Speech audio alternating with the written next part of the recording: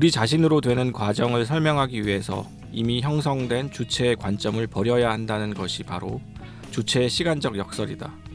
이 되기, 즉 becoming은 단순하거나 연속적인 사건이 아니다.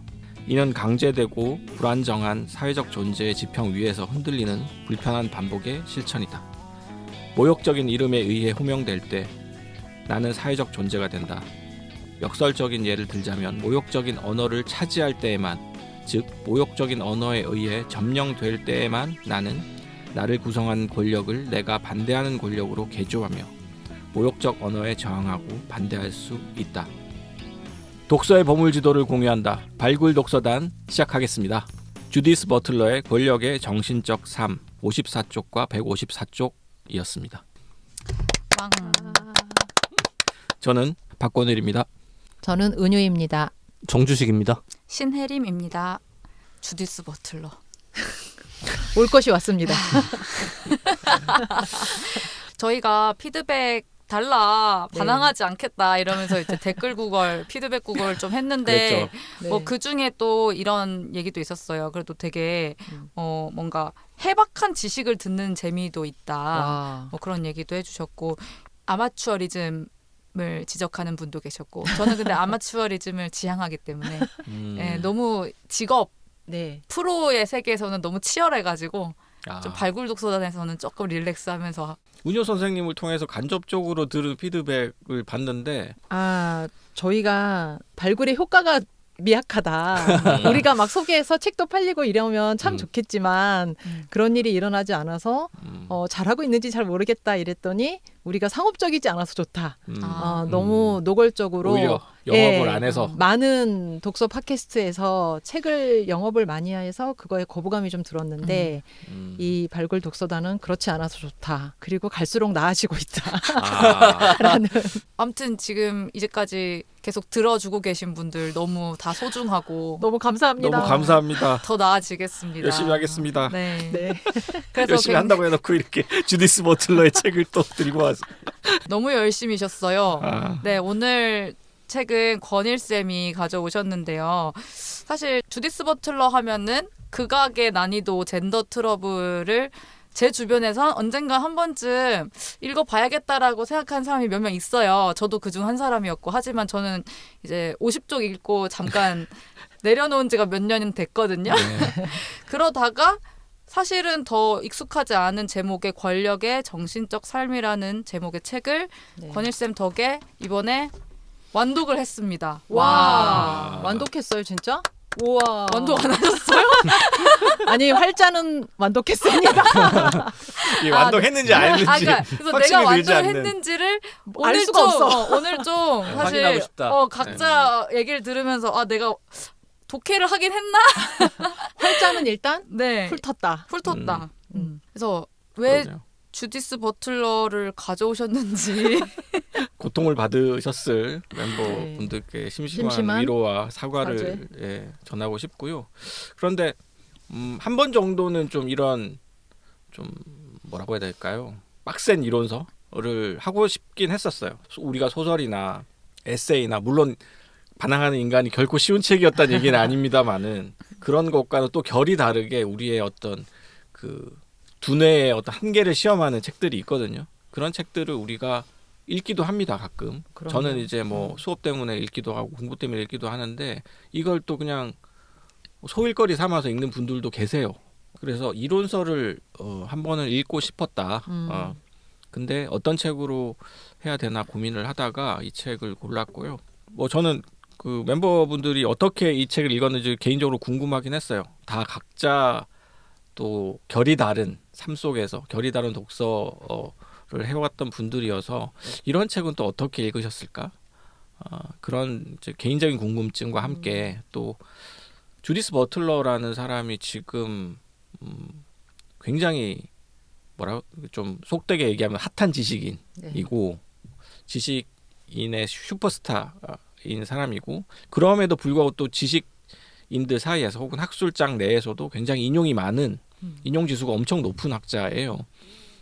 그래서 이분이 가지고 있는 생각들, 이분이 이야기하는 것들이 무엇인지에 대해서 동시대인으로서 좀 한 번쯤은 좀 진지하게 읽어볼 필요는 있다라는 의미에서 골랐습니다. 근데 저도 고르면서 많이 망설이기도 했고 읽으면서 다시 후회했습니다. 사실 이걸 어떻게 얘기하지? 팟캐스트에서 우리 팟캐스트 듣는 분들이 무슨 그 사실은 공부하시는 분들이 아니잖아요. 대부분 그렇죠. 다 그냥 이제 책이 좋아서 팟캐스트도 듣고 하시는 분들인데 그분들한테 어떻게 들릴까 해서 좀 고민도 많이 했는데 그리고 제가 또 이해하는 주디스 버틀러가 틀릴 수도 있어요. 제가 오늘 좀 설명을 드릴 텐데 제가 또 버틀러 전문가는 아니거든요. 그래서 그런 부분들이 또 전문가 분들이 있을 수 있잖아요. 청취자들 중에서 그분이 듣기에는 이 박건일 또 헛소리하네. 뭐 이런 얘기를 할 수도 있어요. 댓글 달아주세요. 네, 그런 지금 밑밥 까시는 네, 거구나. 그런 게 있다면 댓글로 가급적 좀 친절하게 저에게 가르침을 주신다면 좋겠습니다. 네, 어떻게들 읽으셨어요? 근데 뭐 가볍게 이 주디스 버틀러라는 사람과 혹은 이 책에 대한 인상이랄까요? 뭐 그런 것들. 잠깐 뭐 해림님은 5년 전에 한번 시도했다가 실패하고 이번에 성공하셨다. 다 완독하는 성공하셨다고 얘기를 하셨는데 은유 선생님은 어떠세요? 저요? 네. 그 저도- 전에 버틀러 책을 혹시 뭐 읽으신 저도 적이 젠더 트러블 젠더 집에 있어요. 아, 저도 독서를 끝내진 못했어요. 읽다가 잘 안 읽힌다, 어렵고 배경 지식이 조금 더 있어야 읽히는 책 아닌가? 그래서 공부를 조금 더 한 다음에 읽어야겠다 이러고 좀 독서 포기 중단을 했던 책이고요. 저한테는 이제 주디스 버틀러가 그러니까 페미니즘 계보에서 보부아르 시몬드 네. 보부아르가 이제 뭐 페미니즘 1세대라면 그 다음에 어떤 인식의 혁명을 좀 일으킨 존재처럼 저한테는 있거든요. 그래서 보부아르가 뭐 여성은 태어나는 것이 아니라 만들어지는 것이다라는 말로 유명하잖아요. 그래서 보부아르는 이제 뭐 남성이 주체고 여성은 대상화된 존재로서 늘 좀 이등 시민이고 예, 어떤 객관적이고 합리적인 사고도 할 수 없고 남성에 의해서만 규정되는 그런 존재로 여성을 정의당하고 있는데 그렇지 않다. 여성도 남성과 동등한 그런 주체가 될 수 있다라고 말한 의미에서 여성이 만들어지는 것이다 이렇게 얘기를 했는데 그 보부아르의 이론은 성별 이분법적 틀 안에 있는 거잖아요. 남성과 여성, 여성, 이성의 남성과 이성의 그 틀 안에서 어떤 여성의 권력의 자리를 어떻게 보면 바꾼 거죠. 여성도 남성처럼 권력의 자리 갈 수 있어. 근데 버틀러는 그 틀 자체를 아예 깨고 그렇죠. 여성은 수행을 통해서 만들어진다. 좀 다른 의미에서 그러니까 여성이란 본질이 있는 것이 아니다. 여성은 없다. 그러니까 조금 더 급진적인 이야기를 한 사람으로 저는 이해를 하고 그 이론이 굉장히 매력적으로 저에게 다가와서 독서 해봐야겠다. 네. 그랬는데 이제 젠더 트러블 독서 실패하고 그 다음에 저에게 다가온 책이 이 책이에요. 권력의 정신적 삶. 전 제목도 잘 좀 제목이 나네요. 제목부터 나네. 네. 권력도 뭔지 모르겠고 정신도 뭔지 모르겠고 삶도 뭔지 모르겠다. 예, 그래서 이 난해의 3단 콤보였는데 안에 들여다봤더니 안에도 또 그렇습니다. 이 목차만 봐도 네. 뭐 락강, 알티세르, 니체, 프로이트 네, 넘어야 할 산이 많다. 그래서 이 방대한 이 이론에 주디스 버틀러가 가진 이론의 복잡성과 방대함에 되게 압도당했다. 예, 그것이 제 소감입니다. 네. 주식님은 네. 어떠세요?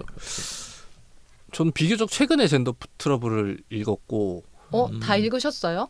네, 작년에 읽었어요. 오. 네, 그 수행성 이론은 그 이전부터 그러니까 뭐 다른 어떤 워낙 뭐 자주 인용되는 이론이고 해서 제가 그 수행성 이론에 한동안 매료돼서 제가 지금 주간지에 연재하고 있는 곤란한 책이라는 그 서평에서 근래에 다뤘던 몇 권의 책들이 수행성 이론하고 아주 깊이 관계가 있는 책들이 소설도 있고 혹은 뭐 다른 뭐 심리학 이론서들 이런 것들이 그래서 그 젠더 트러블은 굉장히 어려웠는데 네, 이 책도 어려웠는데 어려운 이유가 저는 어려운 책도 좋아하고 철학 원전도 뭐 해석이 되든 안 되든 읽는 거 좋아하는데 조금 다른 이유로 저는 힘들었어요.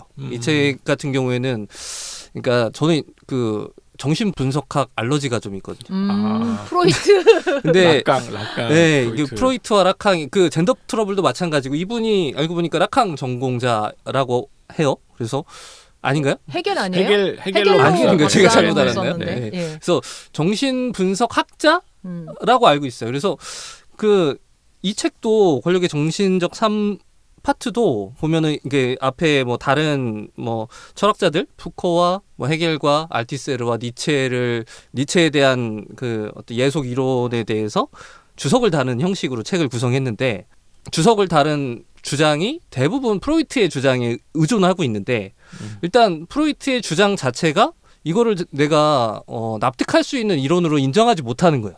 그래서 읽으면서 그래서 재밌다가 재미없었다가 했다는 이유가 네. 그 해석은 정말 재밌어. 헤겔 막 주인과 노예 해설하고 막 니체 예. 그 책 해설하는 거 너무 재밌는데 근데 여기 니체가 하지 않은 말이 있어. 그러면서 이제 프로이트의 그 주장을 가지고 주석을 다는데 그 부분에서는 이게 뭐 납득이 안 되는 거예요. 잘. 그래서 그런 이제 좀 알쏭달쏭하면서 읽었던 책이었습니다. 네. 프로이트를 굉장히 퀴어적으로 활용해서 맞아요. 자기 이론을 정립하시는 것 네. 같아요. 그런 면이 조금 주식님처럼 반발하는 사람들이 많아요. 이런 그래요? 이제 포스트 구조주의나 이런 페미니즘 이론에 굉장히 친화적인 사람도 네. 프로이트에 대해서는 사실은 이제는 저거는 사실은 좀 받아들이기 힘든 이론이다라고 생각하는 경우도 많고, 왜냐하면 이게 주로 거세에 대한 얘기거든요. 남성들이 그러니까 그거 이제 팔루스라고 얘기하는 페니스가 아니라 팔루스 상징적 의미에서 이 남근이 거세되는, 여기서도 폐제라는 표현이 나오거든요. 예. 그 폐제라는 것이 거세와 관련이 있어요. 그러니까 팔루스가 절단되어서 없어졌을 때 상징계 바깥으로 이제 배제되는 것을 폐제라는 어려운 단어로 그 얘기를 하는 포클로저라는 개념이 나오는데, 그런 것들이 다 대부분 다 프로이트 용어이고, 그 프로이트가 이제 또 페미니즘 진영에 계속 공격받는 것이 이런 남성의 성기를 중심으로 한 이론, 그러니까 팔루스라는 것에 대한 이론이다라는 것이 계속해서 이제 논란이 되어 왔던 부분인데, 또 뭐 심리학계나 다른 이제 정신의학, 뇌과학계에서는 이건 말도 안 되는 얘기다. 실제로 우리 실증적인 과학에서는 말이 안 되는 주장이다라고 오랫동안 이제 비판을 받았죠. 그래서 락강도 이제 프로이트로 돌아가자라는 이야기를 많이 했지만 프로이트를 또 그 자체로서 이론으로 활용을 하고 있어요. 그 주디스 버틀러가. 그런 면에서 락강까지는 이해하겠는데 야, 프로이트까지 이렇게 또 그냥 그대로 인용을 하는 거는, 이거는 좀 납득하기 힘들다고 얘기하시는 분들이 꽤 있긴 있습니다. 저 역시도 좀 거부감이 좀 있긴 있고. 바로 그 지점인데, 근데 이게 그러니까 프로이트를 많은 학자들이 지금도 인용을 하거든요. 근데 어떻게 하냐면 비유적 방식으로 해요. 예를 들면 그 뭐 데리다나 뭐 다른 현대 철학자들도 오이디푸스 콤플렉스를 가지고 자기 철학을 막 펼치는데, 그거는 정말 그 억압된 욕망이라는 비유적 의미로 이걸 갖고 오는 거지. 근데 그 주디스 버틀러는 이 책의 후반부 결론부로 가면 약간 그 인간의 어떤 예속 과정 자체를 거기서 직접 인용을 해요. 그러니까 그 모든 것을 그 유아기의 어떤 성애에 대한 어떤 포기 이쪽으로 다 환원을 해서 설명을 하니까, 일단 애초에 그 최초의 기원이 납득이 안 되니 거기서 파생되는 논리들이 이건 참 이해하기가 좀 힘들다. 맞아요. 그런 의미.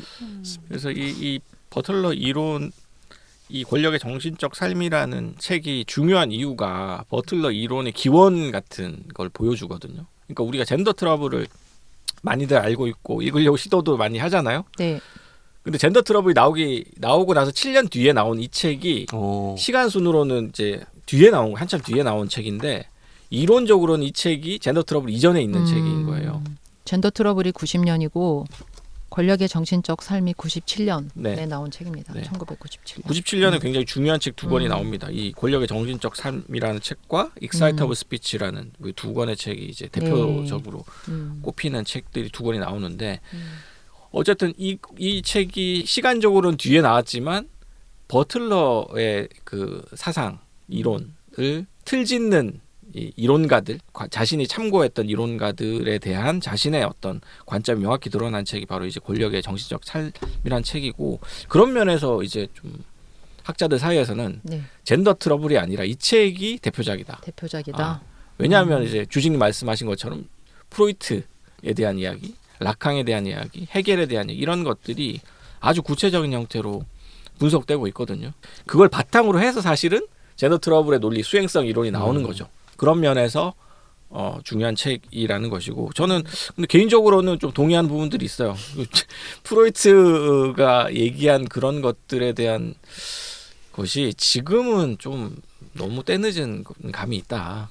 그런 생각이 듭니다. 근데 보니까 97년 책이더라고요. 생각보다 우리나라에는 번역된 거는 2019년인데 이게 책이 발간된 건 97년이라서 뭐라 그럴까 시대 보정 이런 걸 조금 해볼 필요도 있다. 그 생각이 들어요. 네. 네네. 해림은 어떻게 읽으셨어요? 저는 제가 프로이트를 잘 모르지만 아주 해묵은 원리에 의존해가지고 쌓아 올렸다는 느낌을 별로 받지 못하고 읽었거든요. 근데 왜냐하면 저한테는 말이 되게 느껴졌기 때문에 많은 말들이 저는 그 권일 쌤이 첫 번째 이제 인트로에서 한 두 가지 멘트가 있어요. 네. 되기, 비커밍. 네. 어떤 되기라는 것은 단순하거나 연속적인 사건이 아니고 강제적이고 불안정한 사회적 존재의 지평 위에서 흔들리는 불편한 반복의 실천이다. 이렇게 말을 했는데 이 말들이 그렇게 쌓아 올려진 내용의 어떤 결과물 같은 거잖아요. 내가 그 되기라는 단어를 어떤 수행해왔던 어떤 여러 가지 모먼트가 되게 떠오르고 이제 지금의 내가 된 상황들이 이 굉장히 불편하고 계속 흔들리는 반복의 실천에서 온 거기 때문에 이런 식으로 되게 말이 되게끔 느껴져서 되게 좀 해방감을 느끼면서 읽었거든요. 네. 두 번째 멘트도 똑같아요. 모욕적인 이름에 의해 호명될 때 나는 사회적 존재가 된다. 제가 여성으로서 호명될 때 많이 느꼈던 감정이에요. 그러니까 이런 감정을 이 책은 잘 이해시켜줘요. 내가 어떤 감정을 가지고 이 삶을 살았는데 그 감정에다가 이름을 지어주는 책인 거죠. 근데 다른 철학 책들은 잘 그렇게 안 해요. 그러니까 그게 저는 버틀러의 특별함이라고 생각하고, 그러니까 감정의 이름을 붙여준다. 예를 들어 계급적인 모욕이 있어요. 뭔가 이제 그 뭐 헤겔의 주인과 노예처럼 그렇죠. 굉장히 전형적인 어떤 계급적인 부분에서 발생하는 모욕감 이런 것들은 이제 예전 할아버지 철학자들이 이제 많이 이제 이해시켜 주는데 네. 뭔가 그 젠더에 대한 그 부분에 대해서는 분명 모욕? 내 안에는 그런 모욕감이라는 게 그런 어떤 계급적인 모욕만 있는 게 아니거든요. 기생충 안에서만 나오는 그런 모욕감만 있는 게 아니고 다른 부분의 모욕감이 있는데 그런 부분은 이제 버틀러가 잘 이해를 시켜주는 철학자여서 좀 해방감을 준다. 근데 하나 더해서 저는 그 여성성을 해체시키고 싶은 사람에 더 가깝거든요. 여성성을 더 이제 이야기하고 싶은 사람이 아니라, 그러니까 굳이 따지면 페미니스트라고 저를 정체화하긴 하지만 저는 그냥 아무것도 아니고 싶어요. 그래서 그 정체성을 해체시키고 싶은 사람에 가까운데 버틀러는 10년 전에도 이 책을 읽으면서도 내적 친밀감이 너무 크다. 여성은 없다. 라고 말하니까 외부의 어떤 권력에 의해서 계속 이제 흔들흔들 거리면서 내 정체성을 정확하게 알지는 못하면서 움직인다. 그냥 그게 나다라는 것에 대해서 좀 언어를 이렇게 얻을 수 있었던 사람이었어. 읽으시면서 뭐 저에 대한 원망이나 왜 이런 책을 추천을 했는가 뭐 이런 이제 그 생각도 드셨을 것 같고, 아까 뭐 은효 선생님은 제목도 좀 이해하기 힘들다라고 말씀하셨어요. 권력의 정신적 삶이란 제목 자체가 권력이 삶을 가지고 있나? 뭐 그런 생각도 들고, 그 정신적이라는 게 또 무엇인가? 좀 풀어주세요. 권력의 정신적 삶 무슨 뜻입니까? 이거는 저도 완전히 풀지 못한 그 제목에 대한 수수께끼인데, 이게 뒷부분에 보면 옴기니 후기에도 정신적 삶이란 말에서 정신적이 무슨 의미인지 설명하지 않고 있다라는 이제 지적을 하고 있거든요. 이게 사이킥, 사이코 뭐 이런 뜻이잖아요. 여기서 의미하는 정신적이라는 것이. 근데 그것이 정확히 이 무엇을 의미하고 있는가 잘 모르겠어요. 그리고 왜 권력을 의인화해서 삶이라고, 권력의 삶이라고 표현을 했는가? 그러니까 막연하게 저도 추정할 수밖에 없는 건데, 그러니까 말씀하셨던 것처럼 내 주체 외부에 있는 권력과 주체가 가지고 있는 권력이 구별 불가능하고 계속 서로가 서로를 근거 삼아서 상호 강화하는 형태. 그것이 권력이다라는 얘기를 계속 하고 있는 것 같아요. 주디스 버틀러는. 그래서 우리가 흔히 얘기하는 지배자가 있고 피지배자가 있어서 그 피지배자가 그 억압을 받고 착취를 당하고 거기에 맞서 싸우는 그런 우리의 전통적인 어떤 권력과 지배의 이야기, 이 서사가 있잖아요. 그거조차도 해체하고 있는 거죠. 버틀러는.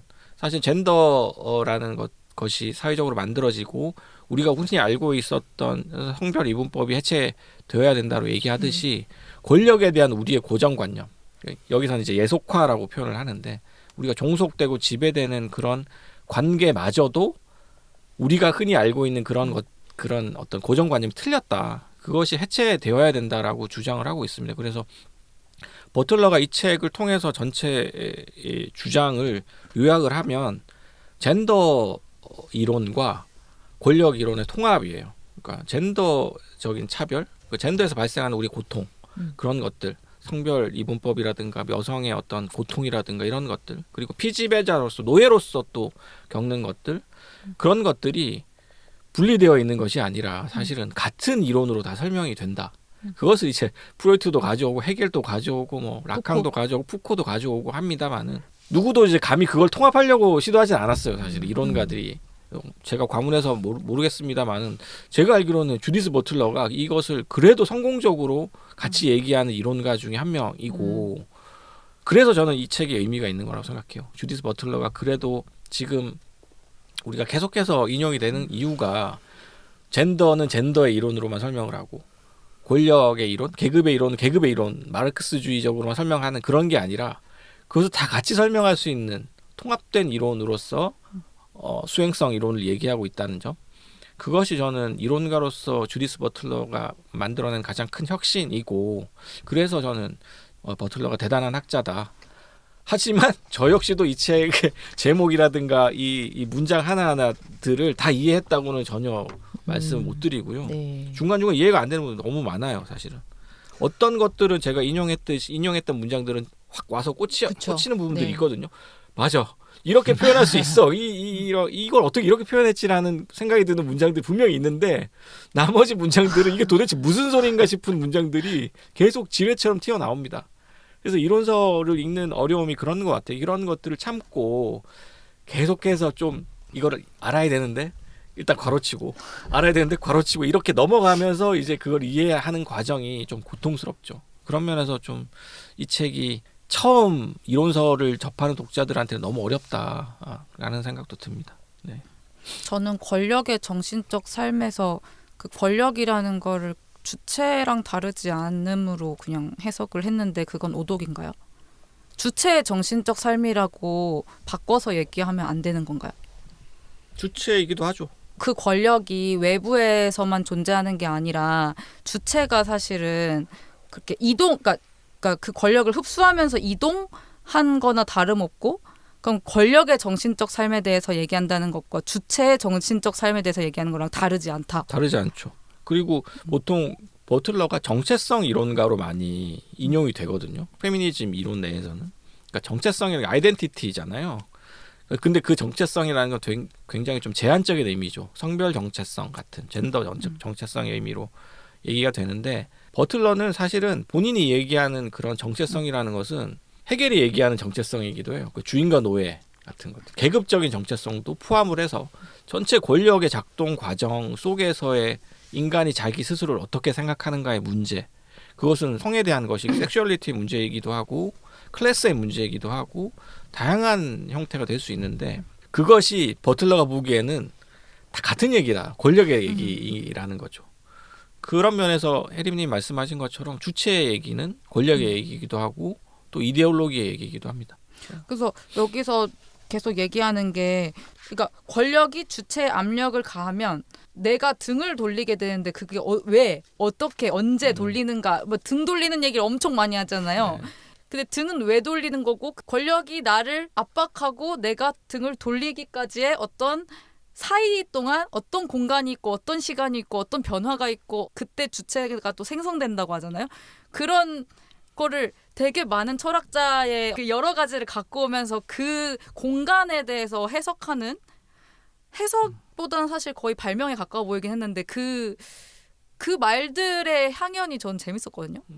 저는 그것들이 무리하지 않았고 너무 잘 맞아 떨어져서 끼워 맞추기 안 같았어요? 전혀 안 같았어요. 그러니까 헤겔의 주인과 노예 변증법 해설은 압권이었고 그 다음에 나온 니체의 도덕의 계보학에서 나온 그 무의 의지를 또 그런 식으로 설명해낸 것도 기가 막혔고 알티셀은 저는 안 읽었거든요. 근데 호명 이론이 제일 재밌었어요. 경찰이 나를 왜 부르지?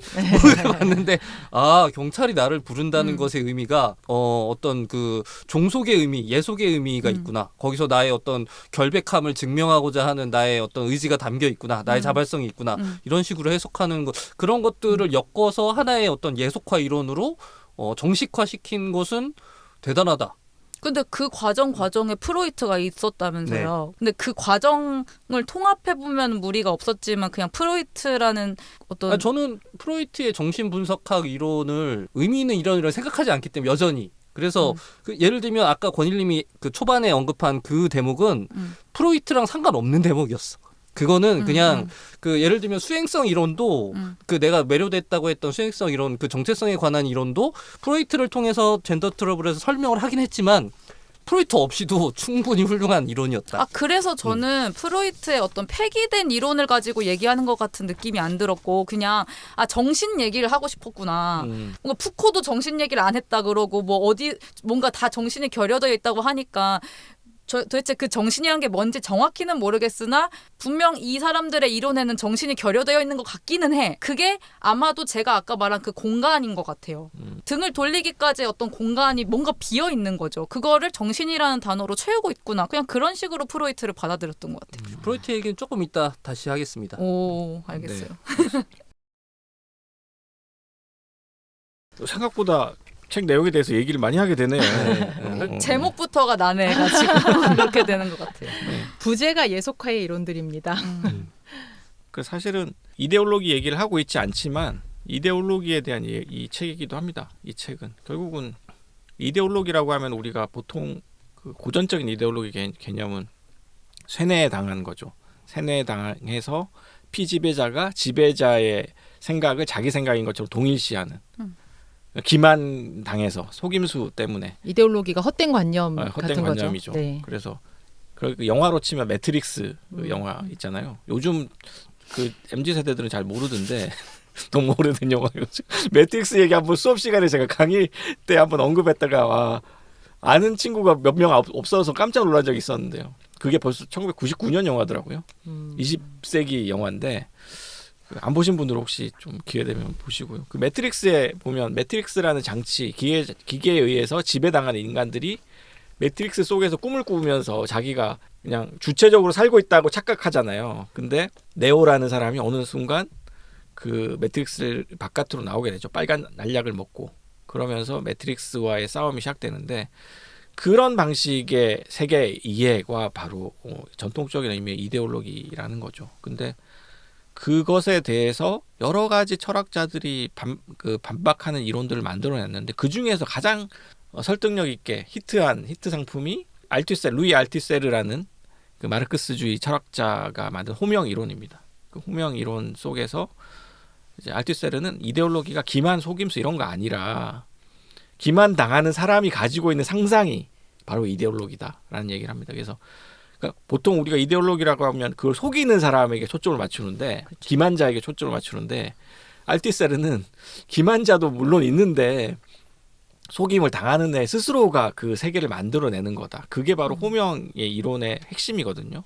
그래서 경찰이 거기라고 얘기했을 때 자기도 모르게 저요? 이렇게 허들짝 놀라서 약간 쫄려가지고 자기는 죄도 안 지었는데 약간 자기를 호명하는 걸로 생각하고 돌아보게 되잖아요. 권력에게 네네. 그게 되게 유명한 이제 사례로 들거든요.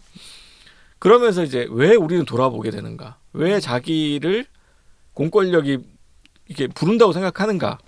그러면서 심지어 불러주길 바래. 네, 심지어 불러주길 바라는가? 그것을 가지고 이제 알투세르도 기가 막히게 설명을 해요. 하여튼 뭐 그 락강도 동원하고 프로이트는 동원하지 별로 많이 인용되지 않습니다만 어쨌든 그 얘기를 하면서 그 불렀을 때 돌아보는 그 사람이 주체인데 근데 호명이 발생했을 때 그 주체가 탄생하는가? 그건 또 아니에요. 이미 주체야 그 사람은. 근데 주체인 상태에서 준비가 딱 돼 있다가 경찰이 불렀을 때 바로 돌아보게 된다는 거예요.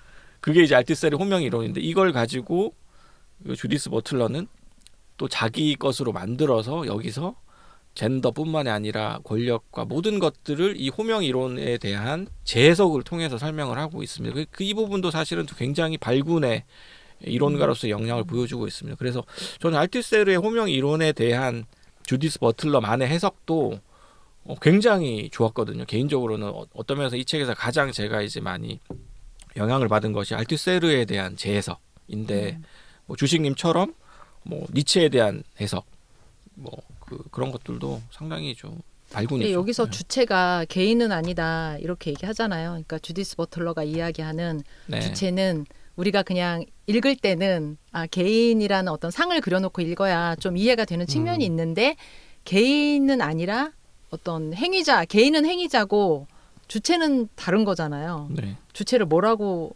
우리 독자분들에게 설명해 주면 좋을까요? 이 주체를 알티세르는 주체를 개인이라고 했는데 버틀러는 그거를 넘어가잖아요. 그게 중요하게 그 26쪽 보면 나옵니다. 그 버틀러가 개인과 주체 개념을 구별해서 얘기를 하고 언어학적인 있거든요. 범주. 네. 근데 읽어도 잘 이해가 힘들다는 것이 약간 안타까운 점인데 네. 제가 정리를 해보면 네. 그런 겁니다. 이제 개인이 이해 가능성을 획득하려면 주체가 되어야 되고 또 주체화 혹은 예속화 과정을 위해서는 개인이 필요하다라는 것. 그래서 순환적이란 말을 써요. 그러니까 개인과 이 주체 관계는 서로 상호 순환되는 과정이어서 어떤 것이 원인이고 어떤 것이 결과다라고 얘기할 수 없다라는 것이 버틀러의 설명이거든요. 그래서 개인도 있어야 되고 주체를 설명하려면 일단 개인이라는 개념이 있어야 되는데 개인을 설명하려면 주체라는 종속된 어떤 무언가가 있어야 되는 언어화된 뭔가가 있어야 된다는 언어학적 것이죠. 범주. 그래서 범주가 있어야 이 두 가지를 무엇이 선후라고 설명할 수 없는 그런 순환적인 관계에 있다라고 설명을 하고요. 반면에 이제 이런 얘기도 하죠. 주체는 자신에게 제3자적 관점을 취함으로써 자신의 발생을 거론할 수 있다라고 하고 있습니다. 뭐 이것을 이제 옴기니는 타자 윤리학과 윤리학? 연결을 해서 이제 뭐 이것이 타자성에 의해서 주체가 생기는 거다라고 버틀러가 얘기했다라고 얘기를 하는데 뭐 그렇게 해석할 수도 있고요. 버틀러의 해석을 또 뭐 그렇게 또까지 딱 고정된 틀에 놓기도 어렵다라고 생각하기도 하지만 어쨌든 주체와 개인의 관계는 그렇게 단순하지 않다라는 것이고 중요한 거는 그런 것 같아요. 보통 사회학에서 구조와 개인 얘기 많이 하거든요. 네. 구조가 문제다. 개인의 문제가 아니라 네. 구조 때문에 구조의 효과로서 개인이 나오는 것이지 개인이 무언가를 바꿔내고 개인이 원인이 되는 그런 경우는 없다라는 식이 많이 이제 설명 방식이죠. 근데 그것이 아니라 구조 대 개인이 아니라 권력 대 주체의 관계로 설명을 해요. 버틀러는. 그래서 그것을 권력 대 주체로 만들면 구조에 의해서 개인이 종속되어 있고 개인은 단지 구조에 의해서 그냥 꼭두각시처럼 움직이는 그런 존재라는 것이 아니라 주체는 구조를 바꾸기도 하고 구조 자신과 주체를 오인하기도 하고 스스로가 무엇인지 헷갈리기도 하고 뭐 그런다는 거예요. 어쨌든 그래서 주체라는 것에 앰비밸런스라는 표현을 쓰는데 양면성을 계속해서 강조를 하거든요. 거기서 저항의 가능성이 나오는 그렇죠. 거죠. 거기서 저항의 가능성이 나오고 그러니까 어느 순간 개인이 구조에 종속되어 있다가 구조의 균열을 일으키기도 하는 거예요. 근데 그것에 대해서 이제 뭐 어떤 명확한 이론은 없지만 그것을 수행을 통해서 뭐라고 해야 될까요? 퍼포먼스를 통해서 어느 순간 그 구조의 균열을 깨고 나와서 개인이 구조를 바꾸는 인자가 된다라는 것이죠. 그것을 이제 뭐 로자 파크스라는 민권 운동가. 그 흑인 그 과거에 미국에서 이제 인종차별이 되게 심했을 때 백인은 이 자리에 앉고 흑인은 못 앉게 했던 그 시절에 로자 파크스라는 여성이 백인의 자리에 가서 앉거든요. 그것이 이제 수행성 이론에서 굉장히 중요하게 항상 인용이 되는 장면입니다. 그 수행을 통해서 사람들이 그걸 보고 깨달았다는 거죠. 로자 파크스뿐만이 아니라 그 수행이 발생하는 순간 수많은 사람들이 저거 되는 거야라는 앉아도 식의 되는 거야? 네, 그런 깨달음을 얻게 되고 그것이 이제 그 수많은 흑인들의 투쟁과 저항 그리고 이제 미국의 역사를 바꾸는 시발점이 되었다라는 것이죠. 비슷한 예로 저는 전태일의 분신도 그런 차원에서 볼 수 있다고 생각을 하고요.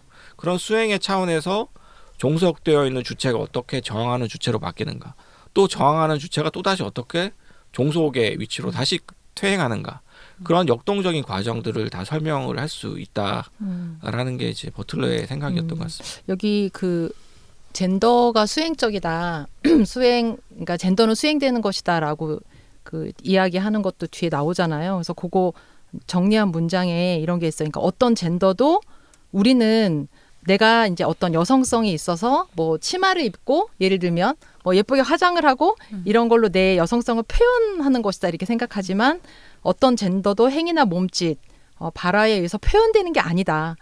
젠더의 수행이 젠더의 내적 본질이 있다는 환상을 소급해서 생산한다는 것을 의미한다. 그러니까 지금 어떤 인종차별적인 맥락에서도 이게 되게 통하는 말인 것 같아. 그러니까 흑인과 백인의 자리가 따로 있다라는 어떤 그 환상을 계속 생산해내는 거잖아요. 그걸 맞아요. 수행함으로써 나는 백인 자리는 나는 흑인이니까 흑인 자리에 앉아야 돼라는 어떤 그 환상을 갖고 그걸 계속 생산해냈는데 거기서 이제 이탈이 일어나는 거죠. 네. 거기서 이제 저항의 가능성이 있다. 그래서 수행성 이론이 좀 일반적인 사회학자들, 좌파 이론가들과 좀 다른 점이 그거예요. 좀 약간 기세론 같은 게 있어요. 실천. 실천. 어떤 명확한 그 인과관계를 가지고 움직이는 것이 아니라 자신의 고통을 견디다 못해서 폭발하듯이 수행을 한 그 저항의 움직임이 어떤 의미를 갖고 있는 것인가를 설명한 이론이고, 반면에 버틀러가 부르디에를 비판을 한 다른 책에서는 혐오 발언이라는 책에 보면 부르디에를 비판하면서 이제 그런 얘기를 하거든요. 부르디에가 아비투스 이론으로 유명하잖아요. 네. 그러니까 아비투스라는 게 결국 이거 아비투스도 권력 예속되는 주체에 대한 이론인데, 그러니까 피지배자들이 왜 피지배자인가? 지배자들이 가지고 있는 어떤 언어, 문화, 습관들을 자기 것으로 내면화해서 그게 아비투스가 되어서 결국 얘네들이 종속되어서 계속해서 지배가 유지가 된다라는 거거든요. 근데 거기에 대해서 반기를 들면서 주디스 버틀러가 꼭 그런 것만은 아니다.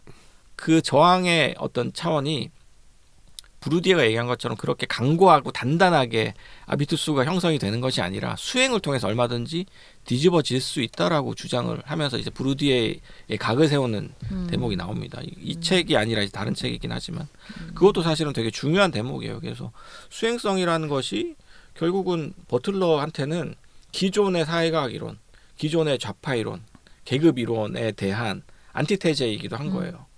우리는 수행과 실천을 통해서 어느 순간 이걸 깰 수 있다. 근데 그것을 자꾸 지배의 그 체제의 강고함, 지배 체제 이데올로기의 정교함 이런 것들에 대한 묘사로 자꾸 대체를 하면서 우리가 스스로 너무 그것이 완벽하다라고 믿게 됐다라는 얘기를 합니다. 믿게 됐죠. 네, 그래서 그것에 대해서 어떤 면에서는 그렇게 완벽하지 않아. 지배체제 완벽하지 않고 얼마든지 우리가 수행을 통해서 깰 수 있고, 또 중요하게 주디스 버틀러 얘기하는 것이 지배 언어를 전유해서 쓴다라고 얘기를 하거든요. 맞아요. 여기 언어 얘기 나오죠. 네. 그러니까 버틀러한테 항상 중요한 것이 언어거든요. 수행성 이론도 사실은 스피치 액트 이론이라고 해서 이제 그 오스틴의 화행 이론에서 이제 가져온 이론이기도 하고, 그래서 우리가 말이라는 것이 단순히 언어의 의미가 아니라 정보의 전달이 아니라 실천이다. 그런 이야기들을 하는 것이 이제 오스틴의 화행 이론인데, 그 로자 파크스의 실천 역시도 언어적인 실천이었다라는 것이고, 결국은 그 언어적인 실천이라는 것이 약자들이 가지고 있는 자기만의 언어라기보다는 강자들의 언어, 되게 고상한 언어들 있잖아요. 자유라든가 뭐 민주주의라든가 희망이라든가 이런 것들을 전유해서 자기 것으로 만들면서 저항의 언어로 활용하게 된다라는 것이 이제 버틀러의 생각인 거죠. 주식님은 서평에서 수행성 이런 거 관련된 내용을 많이 썼다고 했는데 어떤 게 있었어요? 책 제목을 얘기하면 어빙고 푸먼의 자아연출의 사회학이 있는데, 그게 지금 권일님이 이야기했던 버틀러의 이론하고 거의 똑같아요. 거기서는 이제 인간은 누구나 자아 연출하고 약간 연극을 하면서 살아갈 수밖에 없다. 우리가 연극이라고 생각하지 않지만 하다못해 카페에 갔을 때 모르는 테이블 사람들과 앞에서도 의식하지 않은 척 같지만 사실은 연기를 하고 있는 거다. 근데 핵심 주장은 그렇게 연기를 수행하면서 맡은 역할이 곧 내가 된다는 얘기거든요.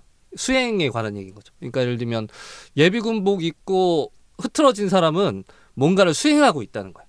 국가로부터 해방된 그 예비군복을 입었을 때 그 느낌을 수행하듯이, 그러니까 그 순간에는 그 사람이 그 해방된 자아가 곧 그 사람이라. 그 사람이 회사에 가면 다른 또 멀쩡한 척 연기할 거 아니야?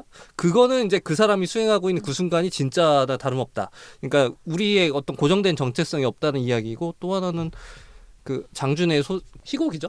그 하녀들이라는 소설이 있는데 그거는 버틀러의 그 헤겔 주인과노의 그 해설을 읽으면서 그 소설을 같이 머릿속에서 재생하는 느낌이 났어.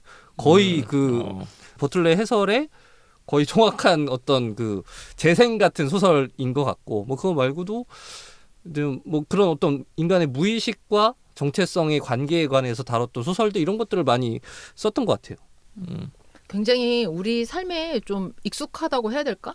수행성 이론이라는 것 자체가, 맞습니다. 그러니까 영향받은 작가나 뭐 학자들, 그렇죠. 창작자들이 많은 거예요. 그래서 제가 예전에 니체 읽었을 때도 이게 굉장히 익숙하다, 낯설지만 익숙하다 이런 느낌을 많이 받았는데, 버틀러 읽을 때도 어렵지만 내가 방금 얘기한 것처럼 다른 책에서 봤던 이야기들의 어떤 원본 같은 느낌?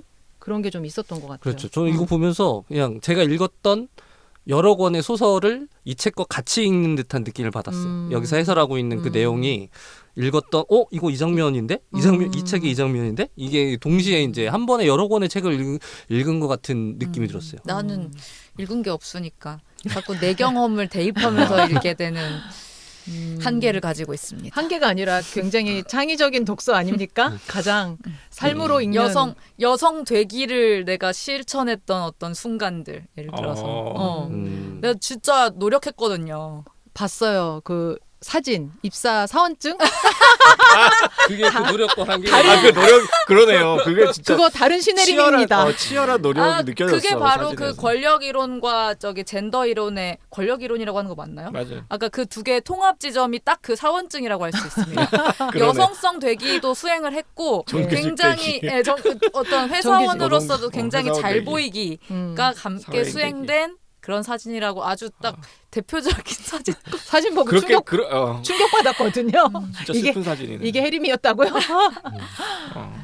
근데 그 수행성 이론이라는 게, 그러니까 이분이 페미니스트로서 더 많이 알려져 있다고 하는데, 페미니즘 이론과 수행성 이론이 뭐 비슷하거나 뭐 겹쳐 있거나 이렇다기보다는 수행성 이론이 큰 이론이고, 이게 좀 더 보편적 이론이고, 인간은 이 수행성 이론을 바탕으로 모든 인간을 해석할 수 있는 틀을 준 건데, 이 이론을 가지고 페미니즘에 적용을 하면 그게 바로 버틀러의 그냥 그 젠더 이론이 되는 거거든요. 그러니까 약간 여기다 적용하면, 계급에다 적용하면 뭐 아까 이야기한 로자 파크스의 경우가 되는 거고, 젠더에다 적용하면 또 이제 젠더 수행성 이론이 되는 거고, 이런 식의 굉장히, 그러니까 이 이론 자체가 꼭 모르겠어요. 이 버틀러가 페미니즘의 적용을 염두에 두고 먼저 수행성 이론이라는 거를 떠올렸는지는 모르겠으나, 어쨌든 이 수행성 이론을 바탕으로 인간 개인과 어떤 인간의 관계 이런 것을 이해하는데 굉장히 좀 뭐라 그럴까, 좀 혁명적인 틀이라고 할까요? 그래서 해방감을 준다는 거거든요. 맞아요. 저는 여성, 남성 이전의 인간인데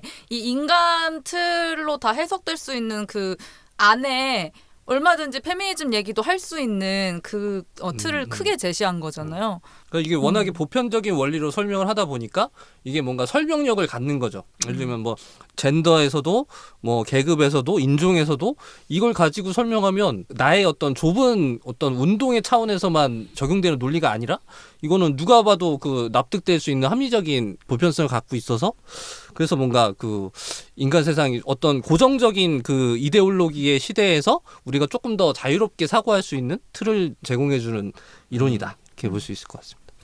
버틀러 스스로가 또 게이잖아요. 그래서 버틀러 선생님 스스로의 삶 속에서 자신이 겪는 우울증과 고통 음. 그런 것들이 굉장히 강했던 분이라고 해요. 지금 이제 같이 사시는 분도 굉장히 유명한 웬디 브라운이라는 이제 세계적인 석학이신데 그분과 오랫동안 이제 같이 살아오면서 이런저런 이제 서로 토론도 많이 했겠죠.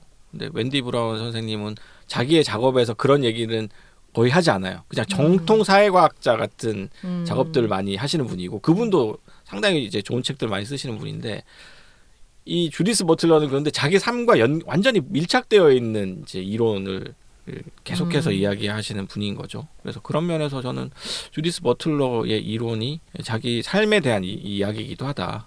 근데 굳이 이렇게 어렵게 써야 되는가 하는 의문은 있어요. 사실은 그래서 저는 이 수행성이라는 이론에 대한 어떤 응용편으로서 또 다른 수행성 이론들이 있거든요. 사회학 쪽에서는 잘 알려지지 않아. 다른 학자들의 예. 그러니까 예컨대 뭐 노만 덴진이라는 질적 연구의 대가가 있어요. 돌아가셨는데 그분도 수행성 이론가예요. 그분이 얘기한 수행성은 더 퍼포머티브라고 표현을 하고 여기서 얘기하는 이제 주디스 버틀러의 수행성은 퍼포머티비티라고 되어 있어요. 근데 이 덴진 이분이 얘기한 수행성이 더 오래됐기 때문에 아마 그 다른 이름으로 불렀을 가능성도 있어요. 근데 이 덴진 선생님이 얘기한 수행성도 거의 같은 얘기에 가까워요. 근데 한 가지 중요한 차이가 있어요. 덴진의 이 수행성에서 중요한 점은 우리가 이런 이제 뭐 그 버틀러의 이론을 읽고 우리가 왜 종속되고 저항하는지 이런 것들을 일상과 연결시켜서 얘기하잖아요. 그런데 그런 것들을 왜 굳이 이론과 지식인의 언어로 설명해야 돼? 라고 의문을 던지는 것이 덴진이에요. 그래서 이분은 이제 해석적 상호작용론이라는 이론적인 그 배경을 갖고 있고 그 이론적 배경 속에서는 지식인의 어떤 지적 권위를 인정하지 않아요. 그러니까 보통 사람들의 삶의 문제, 그런 고통, 지배와 피지배의 관계는 보통 사람의 언어로 충분히 표현할 수 있다. 그것을 자기는 내가 이 심층 인터뷰라는 질적 연구로 보여주겠다라고 얘기해서 실제 보여준 사람이거든요. 그렇게 해서 대가가 된 사람인데 그 사람의 책을 읽어보면 약간 이제 주디스 버틀러가 쓰는 글에 대해서 약간 의문을 들게 돼요. 이렇게까지? 아니 그렇게 어려운 내용은 아닌데 이걸 그러니까. 이렇게까지 써야 되는가? 라는 의문이 좀 들어요. 그래서 저는 덴진을 읽으면서 약간 해방감을 느꼈어요. 그거 읽어야 되겠다. 네. 덴진 치료 필요합니다. 버틀러를 읽고 나서 덴진을 봤는데 같은 얘기를 하는데 이 사람은 훨씬 더 쉽게 하는 거예요. 그래서 동시대 사람인 거예요? 동시대 뿐이죠. 예. 근데 조금 나이가 많으시죠. 덴진이 훨씬 이전 세대인데. 그러면 그 학계에서 버틀러가 이렇게 여러 학자를 이제 경유하여 굉장히 또 어렵게 써서 더 스타가 됐다. 혹시 이것도 있습니까? 그건 좀 약간 위험한 얘기. 너무 위험한 계급 얘기. 가르기 아닙니까? 네, 너무 위험한 얘기긴 한데 그것을 또 설명하는 이론들도 있죠. 사회과학에서는 이걸 어렵게 어떤 식으로도 어렵게 지적 아우라를 둘러서 그것이 진짜 권위를 만들어내는 그렇게 설명하는 사람도 있고 그래서 부르디에가 그 아비투스나 장이론에서 얘기하는 것이 사실은 어렵게 그 사람도 되게 고급지게 표현해서 그렇지 사실은 사회적 인정을 받기 위해서 권위를 만들기 위해서 저항자 역시도 그런 권위 있는 언어를 써야 된다라고 부르디가 얘기하거든요. 근데 이제 거기에 대해서 이제 버틀러는 반박을 하면서 그렇게 권위를 갖지 않아도 우리는 충분히 저항할 수 있어라고 버틀러는 얘기하는 것이고. 근데 글은 이렇게 써. 그러면서 그 글을 이렇게 쓰기 약간 모순이죠. 근데 거기에 대해서 또 덴진 같은 사람은 너네 둘 다 틀렸어라고 얘기하면서 얼마든지 저항하는 그냥 평범한 사람들의 입장에서 그 언어를 가지고도 우리는 저항을 얘기할 수 있어라고 얘기하는 이제 근데 입장도 로저 있는 거죠. 파크스나 전태일은 이거 안 읽고 했잖아요. 그러니까요. 어떻게 된 거야? 그래서 저는 약간 덴진을 읽으면서 설득이 됐어요. 예. 그렇게까지 어렵게 안 해도 그럼 그러니까. 덴진을 갖고 오지 왜 버틀러가 덴진은 번역된 게 없어요. 진짜요? 번역서가 너무했다. 분발해 주세요. 출판사 관계자분들. 근데 예. 그런 생각은 들어요. 왜 이렇게 썼을까? 그러니까 그게 또 한 두 가지 정도 생각이 들었는데 하나는 그냥 사변적인 인간이 있어요. 그냥 타고나기 이렇게 타고나서 이렇게밖에 말할 네. 수 없는. 머릿속에 사변으로 가득해서 이걸 이제 정교한 언어로 풀어내면 이런 꼴의 글이 나올 수밖에 너무 없는 거예요. 본질주의적인 얘기 아니에요? 네, 그런 예를 들면 뭐 비유를 너무 잘한다거나 예를 들면 정치인으로 치면 뭐 노회찬 같은 사람은 그 어려운 원리를 딱 직관적으로 딱딱 해내잖아요. 아. 또 하나 드는 생각은 정신분석학이라는 이 학 자체가 직관과 거리가 너무 멀어요. 왜냐하면 직관이라는 건 우리의 의식과 관련된 거고 이건 훈련을 통해서 얼마든지 우리가 문해력을 기를 수 있지만 정신분석은 이건 형이상학이랑은 또 달라서 이거는 정말 얘가 이 사람이 뭐 말하는데 솔직히 말하면 약간 꿈꾸는 것 같은 얘기를 하는 거예요. 이 꿈꾸는 듯한 이런 몽상적인 얘기를 이게 그 이성의 언어로 풀어놓으니까 읽는 사람 입장에서는 두 번 변환해야 돼. 내가 이걸 꿈을 꿔야 오히려 더 잘 여기 다가갈 수도 있을 수도 있어요. 그런 식의 어떤 학문적인 특성 그런 것들이 어우러서 사실은 근데 그 어렵게 그래도 그 제가 최대한 이해를 하고 나서 줄거리를 보면 내용은 하고자 하는 얘기가 간단하거든요. 그러니까 빨리 해봐요. 뭐라고 하는 거야 결론은? 한마디로 얘기하면 우리는 금지를 통해서 태어났다는 거예요. 우리는 금지를 통해서 금지에 정하면서 우리가 주체가 되었다 이 얘기를 한 건데 이제 제 그 요약은 그겁니다. 그 금지에 부딪히면서 필연적으로 우리는 주체가 됐다. 금지된 것을 욕망한다. 이 프로이트의 이야기를 갖고 와서 그 얘기 하잖아요. 네네네.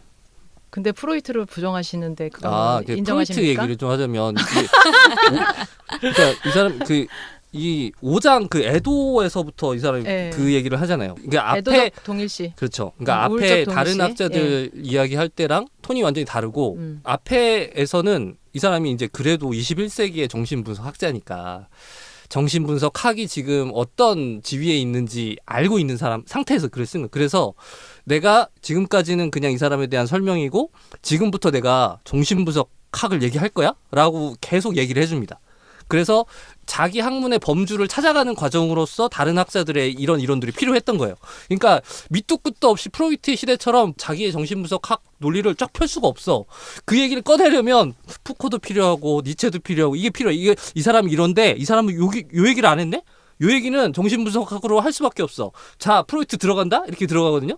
근데 5장 애도에서는 아예 그냥 프로이트 얘기를 하는데 우울증적 젠더. 그렇죠. 5장. 그 우울증, 그러니까 이 우울증이 사회에 만연해 있다라고 이게 아주 일반적인 형태로 우울증이 만연돼 있다고 설명하면서 그 기원을 오이디푸스 컴플렉스에서 직접 찾아요. 그러니까 오이디푸스 컴플렉스는 아시는 것처럼 이게 그 근친에 대한 그 거부잖아요. 근데 여기서 이제 근친 거부 다음에 나타나는 게 뭐냐면 그러니까 동성이 거부됐으니까 남자는 아빠랑 동일시 하게 되고 프로이트에 따르면 그렇습니다. 딸은 엄마랑 동일시 하게 되는데 이 과정에서 거부된 것이 이것에 대한 근친에 대한 거부, 동성에 대한 거부가 이것이 인간의 기본적인 억압이 돼서 젠더 우울증으로 나와서 우리가 그걸 극복하고자 하면서 주체가 된다. 이런 설명을 거칠게 이야기하고요. 그래서 그 뒷부분은 알겠어. 그래서 우리가 어떤 그 억압에 저항하면서 금지된 것을 욕망하면서 주체를 갖게 되는구나. 근데 그 앞단에 그게 있으니까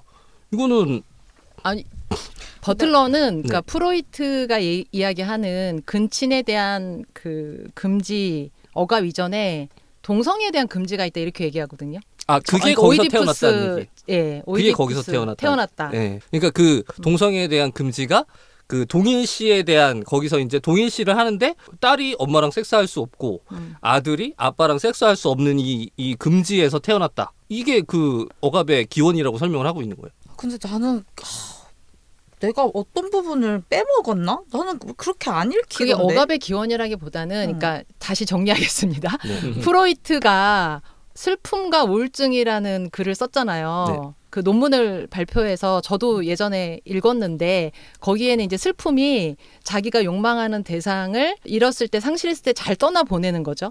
그건 이제 애도가 잘 이루어진 거고 애도가 이루어지지 않았을 때 내가 욕망하던 대상을 자기 안에 위치시키는 게 이제 우울이 되는 거다. 그래서 이거를 병리적인 것으로 프로이트가 규정을 했었는데 나중에 프로이트가 자아와 이드라는 책에서는 이게 굉장히 병리적인 특수한 현상인 줄 알았더니 이 우울이 되게 보편적이다. 이것이 보편적인 정서가 됐고 자기 이론을 한번 뒤집죠. 그 얘기가 이제 앞에 네. 초반에 나오면서 지금 이 강제적 이성의 그 매트릭스 이 사회 이 삶의 표면에서 우리가 굉장히 자연스럽게 이성애를 받아들이지만 자기 젠더 정체성을 규정하지만 그 프로이트의 문장을 가져와서 그러니까 자아의 성격은 대상 선택의 그 상실의 역사다. 이런 이야기 하잖아요. 그게 애도름이 예, 슬픔의 거부된 동성애이잖아요. 예, 거부된 동성애. 어디서 거부됐냐? 오이디푸스 콤플렉스에서 거부됐다. 거부됐다. 그 이전에 네. 있었다. 네, 그거죠. 예, 네. 그걸 잔재로 갖고 있다. 네네. 근데 모든 우울증을 이 얘기로 설명하는 것 같진 않은데. 그러니까 모든 우울증을 그렇게 설명하진 않아요. 아니, 그러니까 여기 젠더 성격이 젠더적- 그렇게 규정된다. 그러니까 젠더에 의한 우울증, 이성애적 우울증, 동성애적 우울증을 저는 설명하는 거라고 봤거든요. 그거에서 국한해서 설명한 것 같진 않고 만연해 있다 이런 식으로 젠더 표현했던. 저는 젠더 정체성 그 젠더 성격 구성에 한정돼서 그렇게 읽었어요. 그러니까 그리고 이 5장이 되게 조심스럽게 또 쓰기도 해요. 되게 쿠션 많이 깔더라고요. 젠더가 적어도 부분적으로는 동성애적 애착을 거절하면서 취득된다는 것에 대해 생각해보자. 뭐 이런 적어도 부분적으로라는 말을 볼드까지 쳐놨더라고요. 그리고 그 다음 장에는 이런 과정이 정말 옳은 것인지 보기를 전에 나는 지금까지 써내려온 이러한 종류의 글쓰기를 정신 분석 이론을 가지고 시도하는 하나의 문화적 개입으로 제시하려고 한다. 뭐 이런 식으로 좀 조심스럽게 말을 하고 있기도 하고, 그리고 나는 이 내용 전체가 진짜 모든 우울증이 아니라 뭐 이렇게 젠더적 나라는 우울이지. 개인만 해도 사실은 어떤 주체가 되는 과정에서 굉장히 이제 젠더적으로 많은 부딪힘을 겪는단 말이죠. 저는 거기서 오는 우울들이 있죠. 저는 10 정도가 있다고 하면 30, 50, 70, 뭐 100까지 되는 사람들도 있고. 근데 그 이제 크든 작든 간에 그런 종류의 우울에 대해서 저는 얘기를 한다고 봤어요. 저는 그렇게 안 읽었고 분명히 보편적인 현상에 대해서 이야기했고 모두가 동성애적 욕구를 갖고 있는데 모두가 그걸 거부당해서 사회적 우울증이 왔다. 그거는 알 수가 에이. 없죠. 폐쇄됐기 때문에 알 수가 없죠. 아니 그러니까 그렇게 네. 주장을 하고 그러니까 있어요. 내가 욕구를 갖고 있었는데가 아니라 욕구를 갖고 있기도 전에 완전히 폐쇄됐기 때문에 내가 욕구를 갖고 있었는지는 알 수가 그러니까 없죠. 그거를 자기도 모른 채 어. 무의식으로 갖고 있다 이렇게는 얘기를 하는데 네. 주디스 버틀러가 무의식으로 그러니까 자기가 인식하지 못해 그런 상태에서 갖고 있는데 그 버틀러가 이 얘기를 왜 했을까 생각해 보면 너네 알고 보면 다 동성애적 욕망이 있어 이런 얘기를 전 하고 싶었다고 생각하진 않아요. 근데 그렇게 해석하지 않고 읽을 수가 없어요. 아니 근데 그러니까 그걸 통해서 하려는 얘기는 뭐냐면은 우리가 굉장히 당연시 여기는 내 젠더적 어떤 성격이나 그런 나 이성애자인데 이렇게라고 하는 것이 얼마나 불명확하고 그 모호한 것들로 구성되어 있는지를 저는 말하고 싶었다고 생각하지. 너 알고 보면 네가 몰라서 그렇지 너 이성애자인데 너 알고 보면 동성애에 대한 욕망이 있어라고 그걸 왜 얘기하겠어요? 주디스 버틀러가?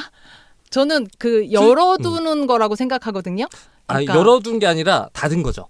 왜냐면 그러니까 여기서 그 중간에 논쟁하는 그 다른 누구죠? 이분이 애덤 그 필립스. 논박하는 글이 하나 있는데 여기서 이분이 지적한 애덤 것처럼 필립스. 이거는 그러니까 그 정체성을 우리가 이제 정체성이 그 귀속되지 않는 방향으로 뭔가 더 개방적인 사고를 위한 이론인데 근데 오히려 역설적으로 지금 그 애도 이론에서 오히려 그걸 닫아버린다라고 지적하거든요. 저는 되게 타당한 이론이라고 생각하고 그리고 그런 식으로 해석을 하면 이렇게 주장했지만 진짜 말하고자 하는 바는 이거다.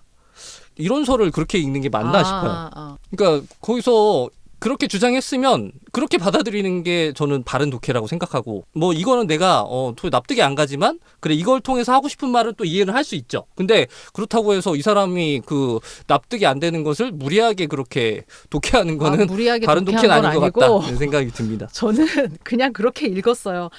여기 강제적 이성애라는 삶의 표면을 계속 이야기하고 관습의 의례적인 반복을 통해 젠더가 계속 형성되는 거다라고 이야기를 하고 있으니 우리는 그렇게 단일하게 플랫하지 않다. 이 안에 굉장히 복잡하고 설명할 수 없는 많은 결들이 있다. 전 그렇게 받아들였지. 아니, 이거를 아니, 그러니까 뭐 닫는다고 다른 느끼지 데서는 않아요. 모든 사람들은 동성애자일 수 있다, 뭐 양성애자일 수 있다 이렇게 뭐 버틀러가 말했을 수 있는데 난 적어도 이 책에선 그렇게 말했다고 생각하잖아. 그렇게 이야기하고 있고 어떻게 그러니까 만약에 내가 나는 그게 없다. 그러니까 뭐 나는 양성애자 성향이 없다라고 얘기하면 버틀러 이렇게 얘기할 거야. 그건 너의 무의식 속에서 너가 인지 못하는 거야. 라고 이야기하겠지. 약간 그런 거에 대한 반박 어떤 멘트들도 나오는데 폐쇄됐다는 것이 모든 사람이 다 갖고 있는데 없어진 거야 이 말이 아니잖아요. 아니, 모든 사람이 갖게 되는 원리에 대해서 설명을 한다니까. 그러니까 그 아까 금지로부터 우리가 태어난다면서요. 우리 사회는 지금 동성애가 금지된 사회에서 계속 자라왔잖아요. 그냥 딱 그거에서 시작을 하자는 거예요.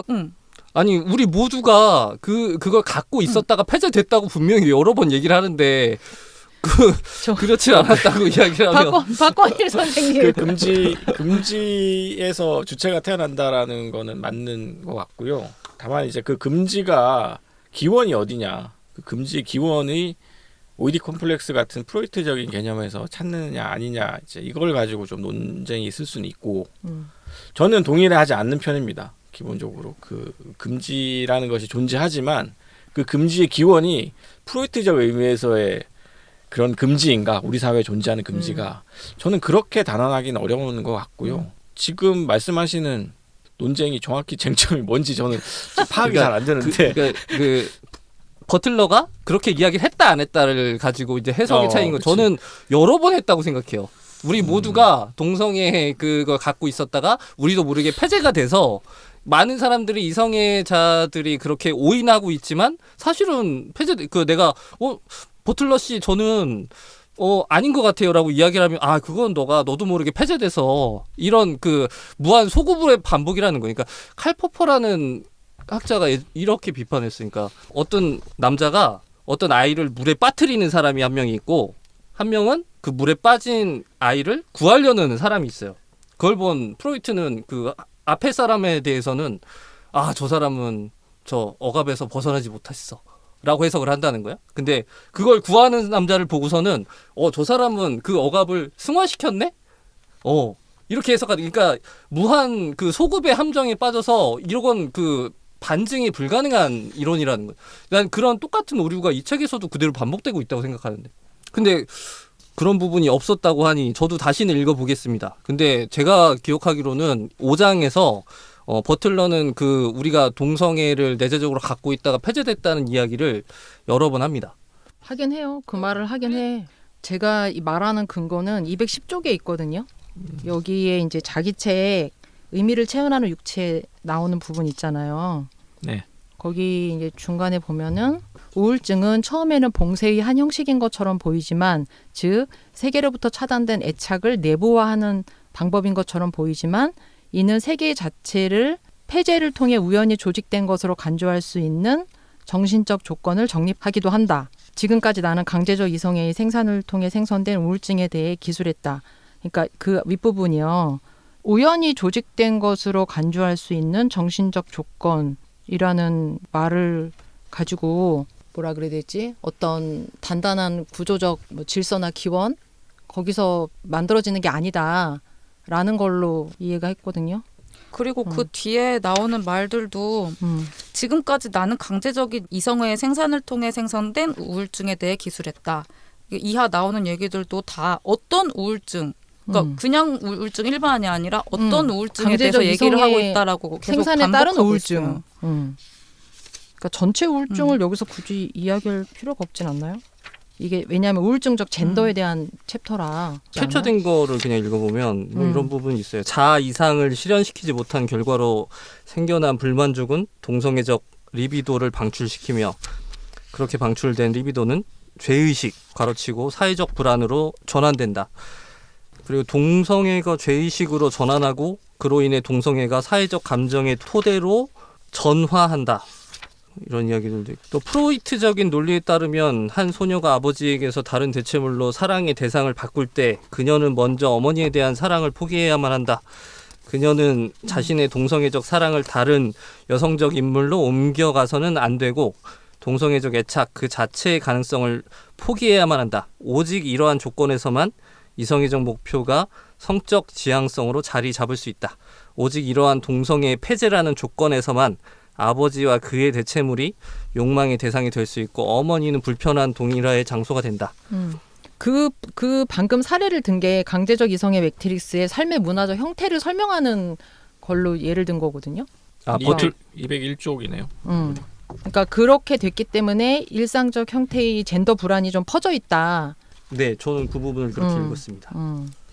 네, 그게 바로 제가 그 적어도 부분적으로라는 어떤 틀을 제시한 다음에 나온 얘기이기 때문에 모든 깔고 말했다. 네, 깔고 말했기 때문에 전체를 얘기했다고 생각 안 했고 여기서 나오는 어머니에 대한 뭐 사랑, 뭐 동성애적 어쩌고 이 말을 저는 좀 크게 봤어요. 그러니까 내가 어머니 젖을 빠는 거 이게 지금 제가 말하는 어떤 애인과 섹스하고 싶어하는 그 애착이 아니잖아요. 그치만 뭐 프로이트도 그렇고 약간 이 정신분석학적으로 이런 얘기를 하는 분들은 어쨌든 그걸 되게 좀 큰 범위에서 보면서 얘기를 하는 편이지 않아요? 그러니까 그게 맞아. 그게 맞고 그래서 아까 내가 서두에 얘기한 것처럼 그래서 이 오이디푸스 컴플렉스의 직접 인용이 굉장히 거칠다고 이야기한 게 근데 지금 보니까 적어도 부분적으로는 볼드가 있네요. 그러니까 뭐 이게 좀 깔고 얘기하려고 했던 시도가 지금 보니까 보이는 것 같긴 해요. 그래서 그럼에도 불구하고 이런 식으로 직접 이 오이디푸스 컴플렉스의 해설을 통해서 사회적 불안을 설명하는 이 방식은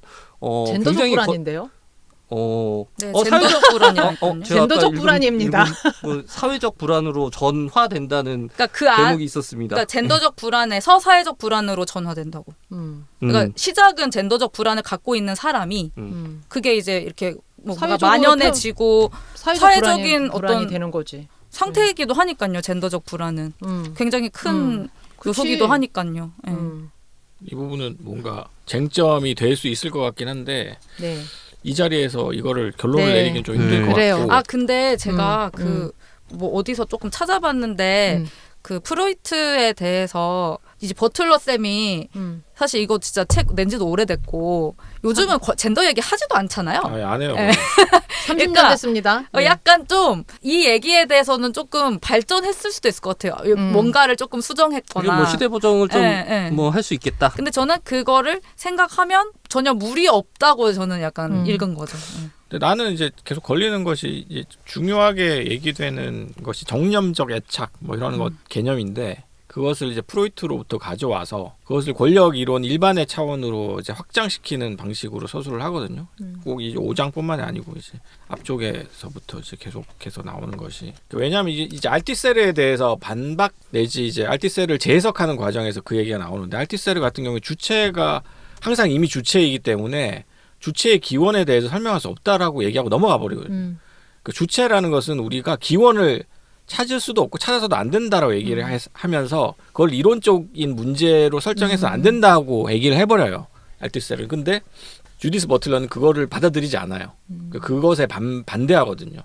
그러니까 물론 주체는 이미 있지만 그것은 존재론적으로는 그런 건데 언어적으로 문법적으로는 있어야 된다라고 얘기를 해요. 그래서 문법적인 차원의 주체하고 존재론적 차원의 주체를 분리해서 얘기를 하는 대목이 나옵니다. 알티세르에 관한 논의에서. 네. 그러면서 그 문법적인 차원에서의 주체를 기원을 이제 설명을 해야 되는 거죠.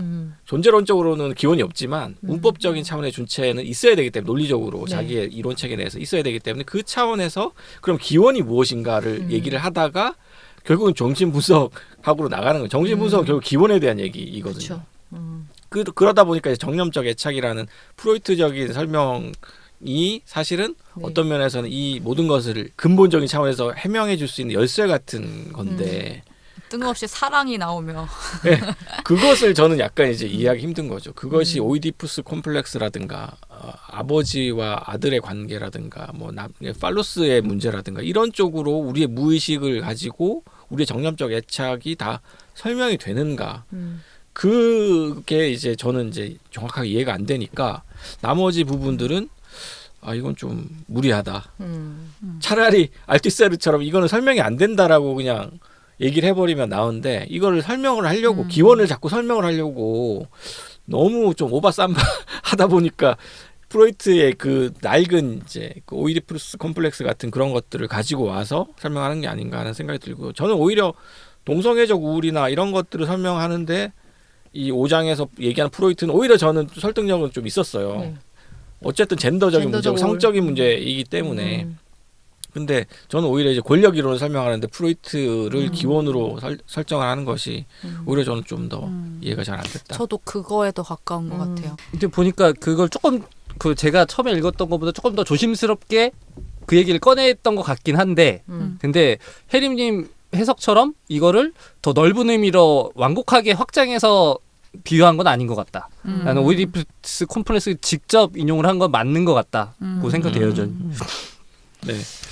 아무튼 뭐 그 좀 깊은 얘기까지 해봤습니다. 내용에 대해서 그 여러 가지 쟁점들이 나올 수 있고 뭐 주체에 대한 이야기, 개인에 대한 얘기도 해봤고 또 우울증적인 주체, 젠더적 우울증 뭐 이런 이야기들도 사실은 되게 중요한 쟁점이기 때문에 그 얘기까지 해봤던 것 같습니다. 또 혹시 뭐 읽으시다가 어떤 뭐 좀 꽂힌 대목이라든가 뭐 이런 것 뭐 챕터라든가 중요한 이런 얘기를 거. 안 했어요 저희가. 어떤- 뭐요? 이 책을 선정한 선정자에 대한 비난. 지금 이 얘기 너무한 거 아니었어? 초기부터 자연스럽게. 사실 초기에 더 세게 하고 이제 갔어야 됐는데 그러면 이 책을 우리 발굴독서단 독자분들한테 추천할 수 있는가?